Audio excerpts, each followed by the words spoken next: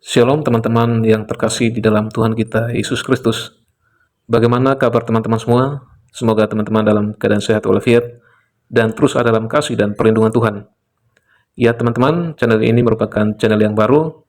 Untuk itu saya mohon kepada teman-teman, siapapun yang menonton agar membantu channel ini dengan cara like, komen, dan subscribe, sehingga channel ini dapat berkembang dan juga dapat memberkati orang lain, terkhususnya teman-teman yang beragama Kristen.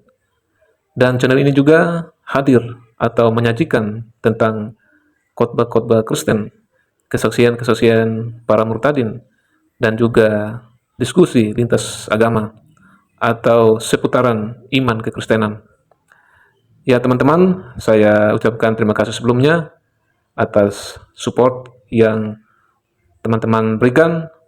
Kiranya Tuhan Yesus memberkati teman-teman semua, baik dalam pekerjaan, usaha, apapun yang teman-teman kerjakan, kiranya Tuhan Yesus memberkati. Teman-teman, dalam video kali ini kita akan menyaksikan diskusi lintas agama antara Edis TV dan seorang Muslim. Dan apa saja yang mereka diskusikan, mari kita sama-sama saksikan cuplikan video ini. Untuk itu, saya berharap teman-teman bisa menonton sampai tuntas, agar teman-teman juga boleh mendapatkan poin atau wawasan dari apa yang mereka akan diskusikan. Dan kiranya melalui video ini boleh juga memberkati teman-teman semua. Selamat menyaksikan setelah yang satu ini. Tuhan Yesus memberkati.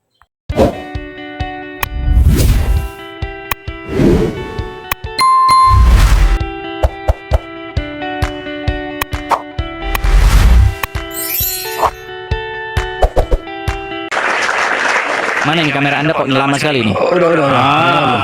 Oke, selamat siang Pak Pendeta. Selamat siang Bapak Ustadz. Selamat siang Bapak Ustadz. Mudah-mudahan Anda ini seorang Ustadz. Saya lihat dari saya lihat penampakan janggut Anda itu. Apakah Anda percaya bahwa ada malaikat? Janggut itu kan sunnah. Jadi janggut itu apaan sih? Saya tanya dulu Pak Ustadz. Ya. Betulkah Anda percaya bahwa di janggut Anda itu ada malaikat sedang naik-naik manjat-manjat? Apa kalau saja Nabi Muhammad bilang di belakang tembok saya ini ada malaikat, saya akan mengiyakan begitu. Apa yang dikatakan Nabi Muhammad saya mengiyakan. Betulkah di jenggot Anda itu sedang bergelantungan malaikat-malaikat?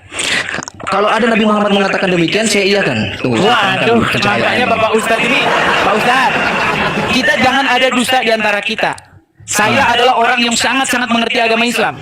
Saya pastikan tidak ada, belum pernah saya ketemu sama orang Islam yang lebih ngerti agama Islam daripada saya. Saya tanya satu hal lagi Pak Ustadz. Saya tanya Pak Ustadz, pernah dengar hadisnya bahwasanya malaikat-malaikat bergantungan di janggut? Kalau ada saya iyakan. Ada nggak hadisnya? Belum pernah dengar, yakin? Yakin. Waduh, kalau ada gimana? Kalau malaikat saya belum pernah dengar. Kalau yang lain mungkin. Apa yang bergantungan di janggut? Loh, Anda yang membuat ini, Anda yang jelaskan. Berat ini saudara. Saudara. Okelah, silakanlah. Bang Azam Official, apa yang ingin Anda sampaikan? Silakan. Ya, kenapa saudara ini sering kasih naik orang-orang yang ya dalam tanda kutip dungu dalam agama Islam seperti begitu? Kenapa begitu saudara? Kalian kan? Sudah. Kenapa begitu saudara? Begini Bang saudara Azam. Begini Bang Azam. Kan yang naik itu yang saya naikkan. Yang nggak naik nggak mungkin saya naikkan. Oh iya. Saya pengen guru kalian itu, maha guru kalian yang namanya Jumat. Dengan Ustadz Wafi saja Anda kalah kok. Jumat. Saya menyimak. Saya penyimak setia saudara. Waktu itu begini, saya tanya dia, betulkah kalau lalat masuk ke minuman orang Muslim maka lalat itu harus dicelup? Kata dia betul. Betul. Ya, Karena nah masalahnya begini, masalahnya cuma omong doang. Terus gimana mau saudara? Buktinya begini, ketika saya masuk ke rumah makan Padang, ketika saya masuk ke rumah makan apapun yang penjualnya Muslim, kalau dia lihat lalat pasti dibuang sama dia. Loh, harusnya begini, dimasukin saja ke dalam di depannya orang yang mau minum tuh. Nah, lalatnya masukin ke dalam loh. Ini mengikuti sunnah Nabi. Ya kan tidak semua orang mengerti saudara. Ya masalahnya begini Bang, Anda itu kalau bilang itu sunnah Muhammad, perintah Muhammad, kenapa tidak dilakukan oleh orang Muslim? Tidak saya sangat senang. Sunnah saudara. Bahkan saya sangat senang kalau semua orang Muslim mengikuti sunnah Nabi. Contohnya kalau sakit minum air kencing unta.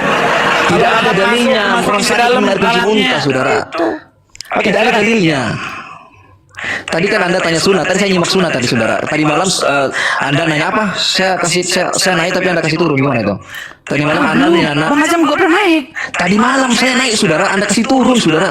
Pasti ada sebabnya. Apa sebabnya? Pasti tidak menyalakan kamera.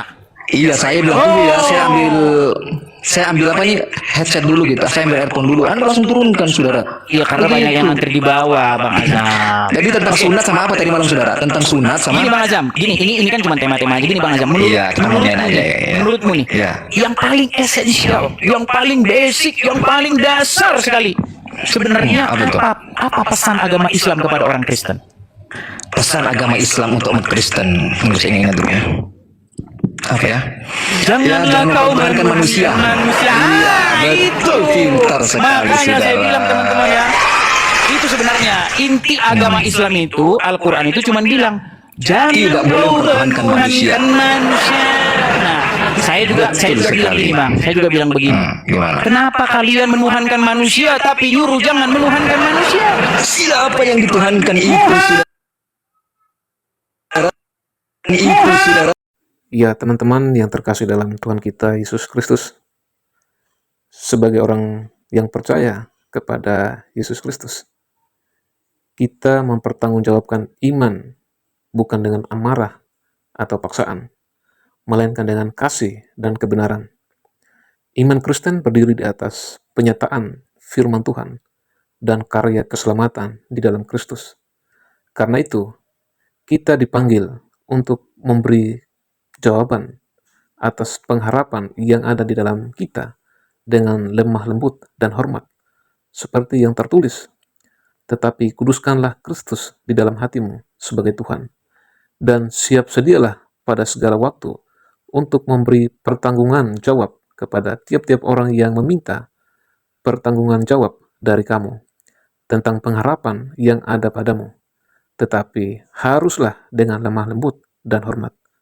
Dalam 1 Petrus 3 ayat 15, kiranya setiap penjelasan iman yang disampaikan menjadi kesaksian yang memuliakan Tuhan dan menghadirkan terang Kristus bagi semua orang. Kiranya kita sebagai orang-orang yang percaya kepada Kristus, kita boleh menjadi berkat, menjadi terang, menjadi garam dunia dimanapun kita berada. Dan semua itu hanya untuk mempermuliakan nama Tuhan. Kiranya Tuhan Yesus memberkati. Shalom.